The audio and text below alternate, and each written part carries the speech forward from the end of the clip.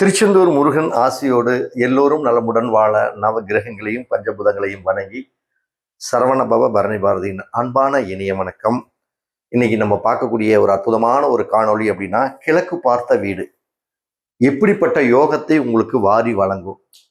நம்ம எப்படி கிழக்கு பார்த்த வீட்டை ஒரு வாஸ்துப்படி ஒரு துல்லியமாக அமைச்சா உங்க வீட்டில் குழந்தைகளுடைய கல்வி நிலை, பொருளாதார மேம்பாடு, பணவரவு, காரியங்கள் வெற்றியாகிறது, ஒரு வீடு கட்டினதுக்கு அப்புறம் மங்களகரமான ஒரு நிகழ்வுகள் நடக்கிறது, சுப செலவுகள் வருவது, அடுத்தடுத்து பண முன்னேற்றம், தொழில் முன்னேற்றம், தொழில் வசியம், இப்படி எல்லாம் வீட்டில் ஒரு மங்களகரமான ஒரு சந்தோஷம் மகிழ்ச்சியெல்லாம் இருக்கணும்னா கிழக்கு பார்த்த வீடு இப்படி எல்லாம் இருந்தா உங்களுக்கு மிகப்பெரிய அதிர்ஷ்டம், ராஜயோகம் கண்டிப்பா இருக்கும்.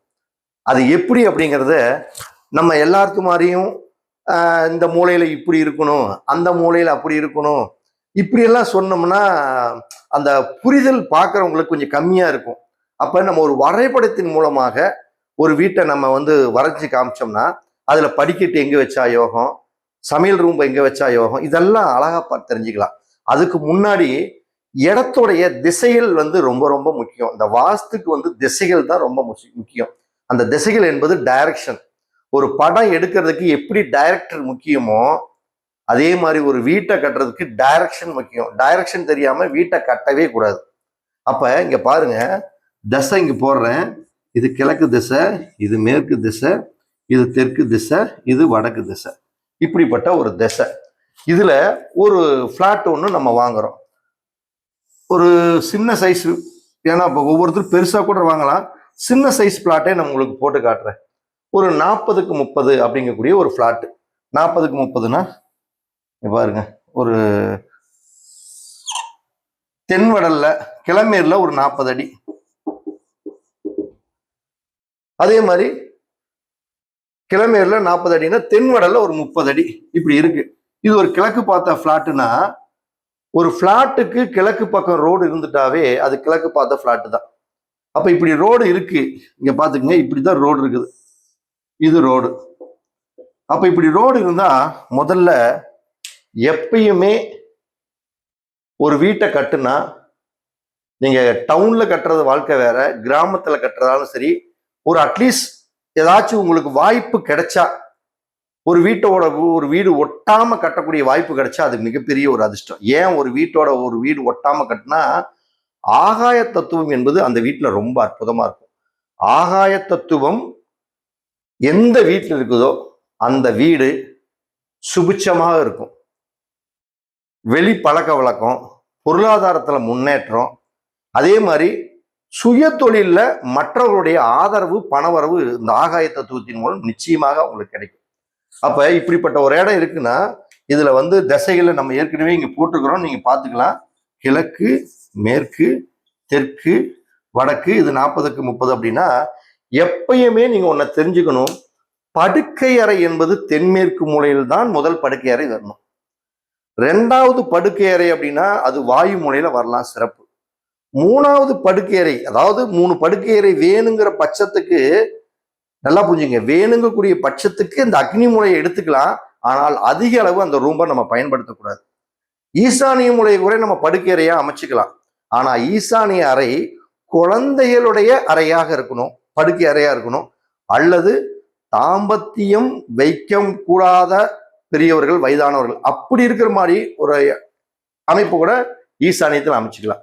அப்ப இங்க பாருங்க, எப்பயுமே நம்ம ஒரு காம்பவுண்டு போட்டு தான், ஒரு 2 அடி போட்டு தான் ஒரு வீட்டை நம்ம அமைச்சு கொடுக்குறோம். எப்பயுமே நீங்க ஒன்று தெரிஞ்சுக்கணும், மேற்கு குறைந்த காலி இடமா இருக்கணும், கிழக்கு அதிக காலி இடமா இருக்கணும். அதே மாதிரி தெற்குல குறைந்த காலி இடமா இருக்கணும், வடக்குல அதிக காலி இடமா இருக்கணும். அப்படின்னு என்ன அர்த்தம்? தெற்குல, அதாவது காம்பவுண்டுக்கும் வீட்டுக்கும் இடைப்பட்ட ஒரு 2 அடி நீங்க தெற்கு பக்கம் வைக்கிறீங்கன்னா, வடக்கு பக்கம் 2 அடிக்கு மேல 3 அடி, 4 அடி, 5 அடின்னு எவ்வளவு வேணும்னு வச்சுக்கலாம். அதே மாதிரி மேற்கு பக்கம் ஒரு 2 அடி, ஒரு 3 அடி விடுறீங்க அப்படின்னா, அதுக்கு மேல 4 அடி, 5 அடி, 6 அடிங்கிற மாதிரி காலி இடம் எப்பயுமே வடக்கு கிழக்குல எந்த அளவுக்கு நீங்க காலி இடம் விடுறீங்களோ அப்பவே நீங்க ஒரு மிகப்பெரிய ஒரு சக்சஸ் மேன். இதை நீங்க அழகா முதல்ல புரிஞ்சுக்கணும். கிழக்கு வடக்கு காலி இடம் உள்ள வீடு அமைந்தவர்கள் மிகப்பெரிய சக்சஸ் மேன். அதே மாதிரி வடக்கு கிழக்கு அதிக அளவுக்கு காற்றோட்டம் வீட்டுக்குள் வருமாறு அந்த ஜன்னல்களை வைப்பவர்கள் மிகப்பெரிய சக்சஸ் மேன், பிசினஸ் மேக்னெட் அப்படிங்கிறவங்க எல்லாமே அவங்க தான். அப்ப இதுல வந்து ஒரு தென்மேற்கு மூலையில ஒரு படுக்கை அறை அமைய ஒரு அறை அமைச்சுக்கிறோம். அடுத்தது 2வது படுக்கை அறை. இதுல பாத்தீங்கன்னா இதுதான் சவுத் வெஸ்ட், இது நார்த் வெஸ்ட், இது சவுத் வெஸ்ட், அதே மாதிரி இது சவுத் ஈஸ்ட், இந்த இடம் நார்த் ஈஸ்ட். அப்ப இப்படிப்பட்ட ஒரு இடம் இருக்குன்னா இதுல இந்த சவுத் வெஸ்ட் அப்படின்னு சொல்றோம் பாத்தீங்களா, இந்த இடத்துல தான் நம்ம முதல்ல தென்மேற்கு மூலையில தான் ஒரு படுக்கை அறை அமைத்துக் கொள்கிறோம். ஒரு படுக்கை அறை அமைச்சுக்கிறோம், ஒரு பெட்ரூம். இப்ப 2வது படுக்கை அறை அப்படின்னா நார்த் வெஸ்ட், இந்த இடத்துல 2வது படுக்கை அறை அமைச்சுக்கிறோம். இது சவுத் வெஸ்ட், இது முதல் படுக்கை அறை. இந்த முதல் படுக்கை அறை தான் எப்பொழுதுமே பெருசா இருக்கணும். ஒவ்வொருத்தரும் பாத்தீங்கன்னா தென்மேற்கு மூலைய சின்ன ரூம்பா, அதாவது 10க்கு 11 விட்டுட்டு வடமேற்கு மூலையில அமைக்கக்கூடிய ரூம்பை வந்து பெருசா அமைப்பாங்க. எப்பயுமே சவுத் வெஸ்ட்ங்கக்கூடிய படுக்கை அறை தான் வந்து பெருசா இருக்கணும். அப்ப இது ஒரு பெட்ரூம், இது ஒரு உதாரணத்துக்கு ஒரு 16க்கு 10 பெட்ரூம்னா இந்த பெட்ரூம் ஒரு 10க்கு 11ங்கிற மாதிரி ஒரு பெட்ரூம் அமைச்சுக்கிறோம். அப்ப இந்த பெட்ரூமுக்கு வாயு மூலையில் கழிவறை அமைக்கலாமா? தாராளமா அமைக்கலாம். இப்ப 2 டாய்லெட் வேணும்னு எதிர்பார்க்கறாங்க. இந்த இடத்தை அப்படியே 2ஆ கட் பண்ணி இந்த பெட்ரூமுக்கு இது நேர் டோர், இந்த பெட்ரூமுக்கு இது நேர் டோர் வச்சோம்னா 2 டாய்லெட் ரூம் வந்துடும். இல்ல எனக்கு 2 டாய்லெட் வேணாங்க, நான் ஒரே பெருசா இருந்ததுனால நீங்க அப்படியே பெருசா வச்சுக்கலாம், அது உங்களோட விருப்பம் தான். அடுத்தது நல்லா பாருங்க, அடுத்தது ஈசானிய மூலை அப்படிங்கக்கூடிய பகுதியில் தான் ஹால். அடுத்தது இந்த அக்னி மூலைங்கிற இடத்துல தான் கிச்சன். அப்ப இந்த கிச்சன்ல ஒரு ஸ்டோர் ரூம் வேணும்னு எதிர்பார்க்கறாங்கன்னா இதை அப்படியே நேரா கட் பண்ணிவிட்டு டோர் இங்க வச்சு செல்ஃப் எப்பயுமே தெற்கு பக்கத்துலையும் மேற்கு பக்கத்துலையும் வெயிட் வைக்கிற மாதிரி செல்ஃப் நீங்க தாராளமா இப்படி செல்ஃப் இங்க தாராளமா அமைச்சுக்கலாம். அப்ப இப்படிப்பட்ட ஒரு வீடு அமைச்சுக்கிட்டோம் அப்படின்னம்னா நீங்க ரொம்ப முக்கியமா இம்பார்ட்டண்டாக பாக்குறது அப்படின்னா வீட்டோடைய இந்த வடகிழக்குங்கக்கூடிய நார்த் ஈஸ்ட் மூலைக்கும் சவுத் வெஸ்ட் மூலைக்கும் இப்படி நேரா ஒரு டயக்ராம் போடுங்க. அதே மாதிரி தென்கிழக்கு மூலைக்கும் நார்த் வெஸ்ட்டுக்கு இப்படி டயக்ராம் இப்படி போடும் பொழுது இங்க பாருங்க, இந்த இடம் பாருங்க, ஒரு பெருக்கல் குறி மாதிரி வரும் பாருங்க. இந்த பெருக்கல் குறிக்கு பேரு தான் பிரம்மஸ்தானம் அப்படின்னு பேர். எந்த சூழ்நிலையிலையும் இந்த பிரம்மஸ்தானத்துல எந்த ஒரு குறுக்கு செவரோ, ஒரு சமையல் ரூம் செவரோ, ஒரு ஹாலோட செவரோ, ஒரு பெட்ரூமோட செவரோ, எந்த செவருமே வராம நீங்க பாத்துக்குங்க. இப்படி பிரம்மஸ்தானம் நீங்க நல்ல அளவுகள் வைத்து நல்ல வாஸ்துப்படி மேப் போட்டு எல்லாம் குளிப்புறுத்ததுக்காக போட்டு எல்லாமே பக்காவா பண்ணி கூட இந்த பிரம்மஸ்தானம் ஈசானியம் டு சவுத் வெஸ்ட் தென்மேற்கு, அக்னி மூலை டு வாயு மூலை பெருக்குள் குறி போட்டு அந்த பிரம்மஸ்தானத்துல செவுரோ ஏதாச்சும் ஒரு தூணோ ஏதோ ஒண்ணு வந்துட்டா டோட்டலி அவங்களுடைய நிர்வாக திறமை பாதிக்கப்படும், பெரிய வளர்ச்சி அடைய முடியாது. ஆனா இந்த பிரம்மஸ்தானம் மட்டும் செவுறு வராம நீங்க பண்ணிட்டீங்கன்னு வச்சுங்க, நிர்வாக திறமை, ஆளுமை, அரசியலில் வெற்றி, அதிகாரத்தில் வெற்றி, பதவி உயர்வு, பட்டம், பேர், புகழ், அந்தஸ்து அத்தனையும் உங்களுடைய வாழ்க்கையில தேடி வரும். இது நிதர்சனமான உண்மை. நம்ம பிராக்டிக்கலா 30 வருஷத்துக்கு தாண்டிட்டோம். நம்ம திருப்பி கிட்டத்தட்ட 90லயே நம்ம இந்த ஃபீல்டுக்கு வந்துட்டோம். 90னா பாத்துக்க 26 10 36 35 வருஷம், 1500 வீட்டுக்கு மேல. சும்மா நம்புற மாதிரி இருக்குதுன்னு கேட்க வந்தீங்கன்னா உங்களை அழகா காட்டுவேன். சும்மா நம்ம வந்து டெமோ காட்டுறதுக்காக இல்லை. இது ஏன் இந்த பதிவுனா விழிப்புணர்வு சார்ந்து மக்களை ஒரு விதத்துல பண்ணணும். ஏன்னா இந்த வாஸ்துங்கிற பேர்ல கடந்த பதிவுகள் எல்லாம் நான் பார்த்தேன்னா ரொம்ப மன கஷ்டமா இருக்குது. இந்த 4 வருஷம் 3 வருஷம் இந்த 5 வருஷத்துக்குள்ள இந்த ஃபீல்டுல வந்தவங்களுடைய அந்த தவறான புரிதல்கள்னால மக்கள் குழம்பி இருக்காங்க. டெய்லி என்கிட்ட போனை போட்டு நிறைய இது மாதிரி இப்படி சொல்றாங்களே அப்படி சொல்றாங்க. இங்க பாருங்க, இது உண்மையாலுமே அனுபவத்துல 35 வருஷத்துல 30 வருஷம் வீடு கட்டின வீட்டையெல்லாம் நான் பார்த்துக்கிட்டு தான் இருக்கிறேன். இன்னைக்கும் சக்சஸா இருக்கிறாங்க. அப்ப இந்த பிரம்மஸ்தானம் மட்டும் இருந்துட்டா மிகப்பெரிய அளவுக்கு அரசியல், அரசாங்கம், அரசு வேலை இந்த வீட்டுல கண்டிப்பா கிடைக்கும். நல்லா புரிஞ்சுக்கணும். அப்ப இப்படி போட்டுக்கிட்டோம்னா ஓகே, இது வாஸ்துப்படி கரெக்டானா? வாஸ்துப்படி இதனுடைய அமைப்புகள் கரெக்ட் தான். ஆனா இதுல ஒண்ணு நீங்க தெரிஞ்சுக்கணும். இப்ப டோர் அப்படின்னா, இப்ப ஹால்ல இருந்து இதுக்கு இந்த டோர் இப்படி வச்சு, இந்த இடத்த ஒரு டோர் இந்த பெட்ரூமுக்கு வர்ற மாதிரி, கிச்சனுக்கு இப்படி போற மாதிரி டோர் வச்சுக்கலாம். அடுத்தது இந்த ஹாலுக்கு ஈசானிங்க கூடிய பகுதியில மெயின் டோர் வைக்கலாமா? சூப்பரா மெயின் டோர் வைங்க. இந்த மெயின் டோர் நேரம் அப்படியே பெட்ரூமுக்கு வைக்கலாமா? டோர் மெயின் டோர் தாராளமா வைங்க. அதாவது இந்த வடமேற்கு மூலை பெட்ரூமுக்கு டோர் வைக்கலாமா? வைங்க. அதே மாதிரி ஜன்னல் வைக்கணும் அப்படின்னீங்கன்னா, தலைவாசல் எப்படி வைக்கிறீங்கன்னா அதே நேர் தான் இந்த இடத்துல விண்டோ வைக்கணும். அதே மாதிரி தெற்கு பக்கம் வைக்கணும்னா இருக்கிற ரூமை சென்டர் பண்ணி அக்னி மூல சைடுல தான் ஜன்னல் வைக்கணும். இதுதான் விண்டோ. அதே மாதிரி வடமேற்கு மூலையில பெட்ரூம் இருக்குன்னா அந்த பெட்ரூமுக்கு சென்டர்லையும் வைக்கலாம், இல்ல அதை தாண்டி ஈசானிய மூலையில கூட நீங்க ஜன்னல் வேணும்னா அது வச்சுக்கலாம். அதே மாதிரி இந்த கிச்சனுக்கு உள்ள நுழையிறோம்னா அதே நேரம் இது நேரமும் ஜன்னல் வச்சே ஆகணும். அதே மாதிரி இந்த ரூமுக்கு சென்டர் பண்ணி வச்சாலும் சரி, அல்லது அக்னி மூல சைட்ல வச்சாலும் சரி, எங்க வேணுமாலும் நீங்க வைக்கலாம், சிறப்பா இருக்கும். அப்ப இப்படி ஒரு வீட்டை வந்து நம்ம போட்டுட்டோம். இதுக்கு மேல இந்த மனையடி சாஸ்திரம், வாஸ்து மனையடி சாஸ்திரம் கூடிய உள்ளளவு, வெளியளவு, குழிப்பொருத்தம், இதெல்லாம் நம்ம அடுத்தடுத்து பரிணாமம். இதுதான் வாஸ்துங்க கூடிய ஒரு பயோடட்டா. இதுக்கு மேலதான் முழு சாப்டர் இருக்கு.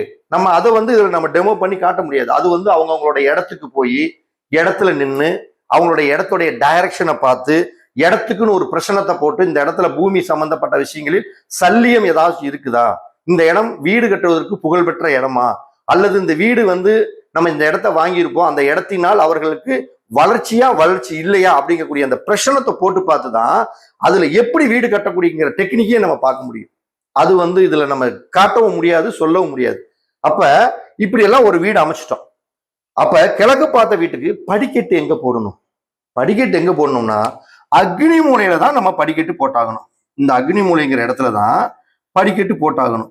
இதுல நிறைய பேர்த்துக்கு ஒரு கன்ஃபியூஷன் என்னன்னா, படிக்கட்டை வந்து ஹேண்டிலிவர் போட்டுதான் இப்படி நீட்டணும், செவுரு மாதிரி படிக்கட்டு இருக்கிற ஏரியா செவுரு மாதிரி கட்டி அதுல இப்ப டேப்பரா போட்டோம்னா அக்னி மூலம் நீண்டு போயிடும், படிக்கட்டு அப்படி போடக்கூடாது, ஹேண்டிலிவர்னா படிக்கட்டு கீழே எந்த செவரும் வராம தனியா பீமு மாதிரி தான் வரணும் அப்படின்னு சில பேர் சொல்லிட்டு இருக்கிறாங்க. அது நம்ம அவங்களுடைய தனிப்பட்ட விஷயம், அவங்களுடைய கோட்பாடு. நம்ம அதுக்கு எதுக்கும் வரல, யாரையும் சொல்லாது.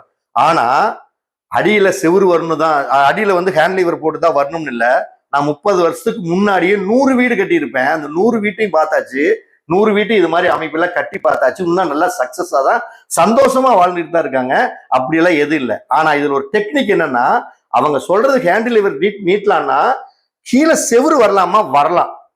அப்ப அக்னி மூலை நீண்டிட்டு இருக்குமா? நீண்டிட்டு தான் இருக்கும். அப்ப நீங்க என்ன பண்ணணும்னா, அக்னி மூலை இப்படி செவுரு நீண்டிட்டு வருது அப்படின்னா நீங்க இந்த படியோட ஒழுங்குக்கு இந்த ஈசானிய மூலை அப்படிங்கக்கூடிய இந்த ஈசானிய மூலையில ஒரு பில்லர், ஈசானிய மூலை வெட்டுப்படாம இருக்கிறதுக்கு இங்க ஒரு பில்லரும், அதே மாதிரி இந்த செவுத்து நேர் இங்க ஒரு பில்லரும், 2 பில்லர் போட்டு இந்த பில்லருக்கு வெளியில இப்படி போர்ட்டிகோல் போட்டு கீழே அடியில செவுத்த கட்டினீங்கன்னா எந்த விதத்திலையும் தப்பு வராது.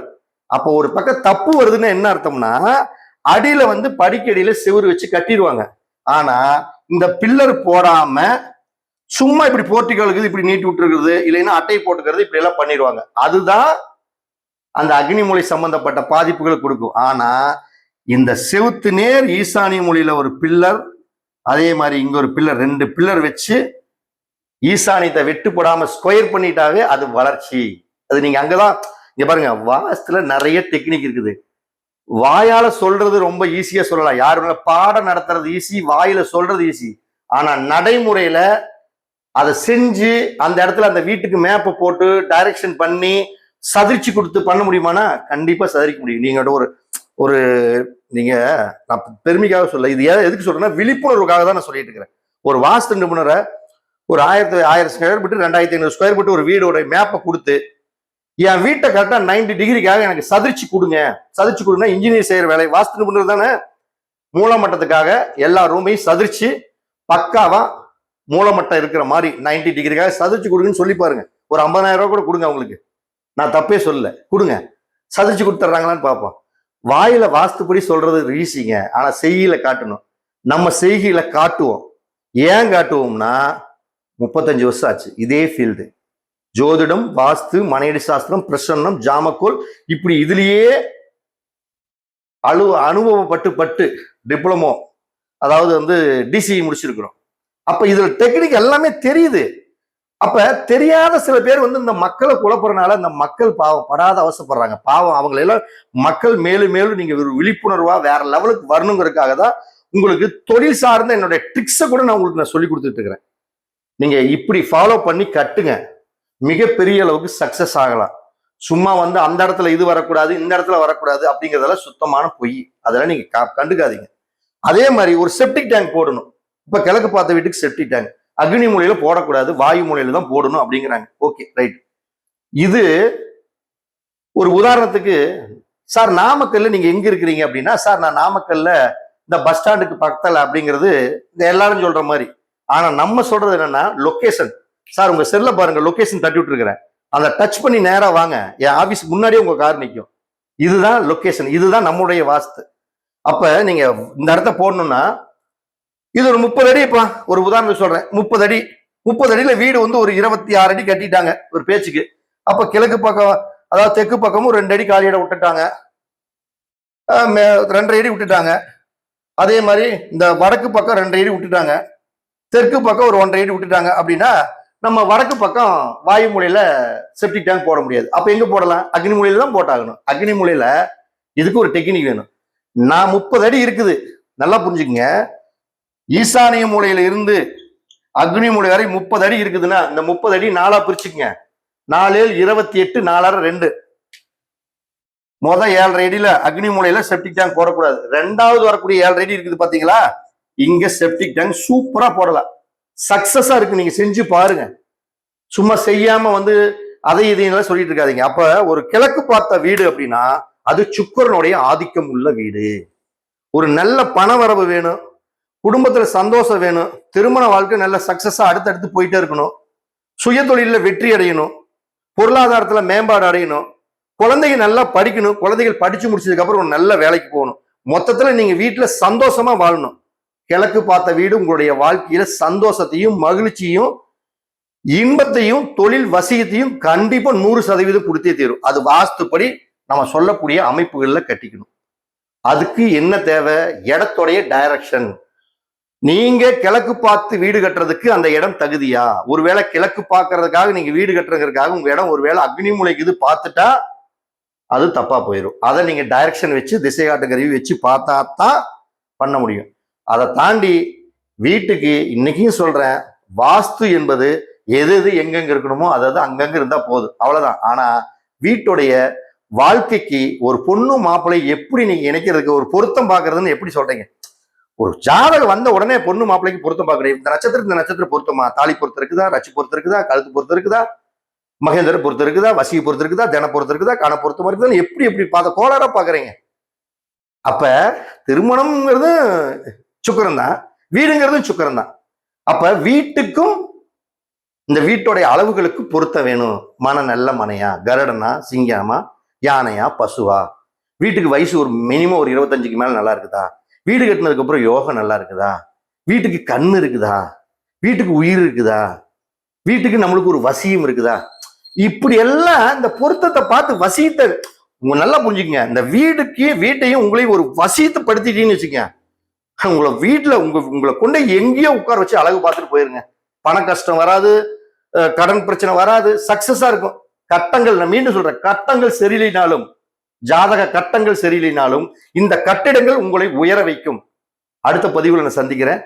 முடிஞ்சா இந்த பதிவு பிடிச்சிருந்தா மற்ற நண்பர்களுக்கு ஷேர் பண்ணுங்க. அனைவருக்கும் வணக்கம், அனைவருக்கும் வாழ்த்து.